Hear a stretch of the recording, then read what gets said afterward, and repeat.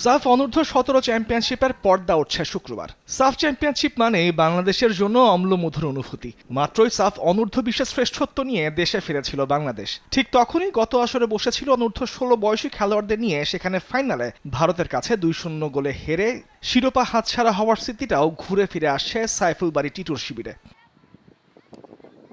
তাই তো দেশ ছাড়ার আগে ফাইনালে চোখ রাখা দলটাই এখন চোখ রাখতে চায় আসলে নিজেদের প্রথম ম্যাচে, যেখানে তাদের প্রতিশোধের ম্যাচ ভারতের বিপক্ষে। ভুটানের চাংলি মিথাং স্টেডিয়ামে শুক্রবার ভারতের বিপক্ষে ম্যাচ দিয়ে সাফ অনূর্ধ্ব-17 চ্যাম্পিয়নশিপের মিশনটা শুরু করবে বাংলাদেশ। কোচ সাইফুল বারী টিটু আর অধিনায়ক নাজমুল হুদা ফয়সাল দুজনের ভাবনাই এক, আপাতত ভারত ম্যাচ। আন্ডার 16 আমরা এখানে ইন্ডিয়ার সাথে ফাইনাল ম্যাচটা লস করছি, বাট আমরা সেম টিমটাই হয়তো একটু কয়েকটা প্লেয়ার চেঞ্জ, বাট আমরা আবার নতুন কিছু করার চেষ্টা করতেছি।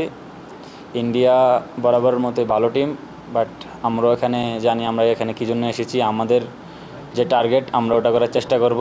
এই টুর্নামেন্টকে সামনে রেখে ভারত ইন্দোনেশিয়াতে প্রস্তুতি নেওয়ার পাশাপাশি সমুদ্রপৃষ্ঠ থেকে ভুটানের উচ্চতার সাথে মানিয়ে নিতে অনুশীলন করেছে লাদাখেও। অন্যদিকে নিজেদের প্রস্তুতি নিয়ে সন্তুষ্ট বাংলাদেশের কোচ সাইফুল বারী টিটু ভুটানের টার্ফের সঙ্গে মানিয়ে নিতে অনুশীলনের পুরোটা করেছেন বিকেএসপিতে। আমরা তো আসলে প্রস্তুতি ম্যাচ বাইরে খেলিনি, আমরা বিকেএসপিতে ক্যাম্প করেছিলাম for the reason of the artificial ground.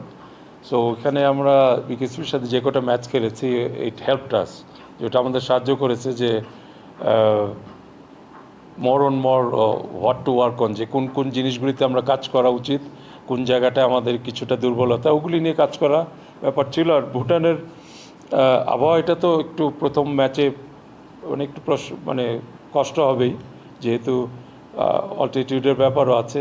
মালদ্বীপের বিপক্ষে বাংলাদেশের লড়াই মঙ্গলবার। 3 দলের গ্রুপের প্রথম ম্যাচ জিতলে সেমিফাইনালে এক পা দিয়ে রাখার সুযোগটা অবশ্যই কাজে লাগাতে চান অধিনায়ক নাজমুল হুদা। তামিমুর রহমান, স্পোর্টস ডেস্ক, দেশ টিভি।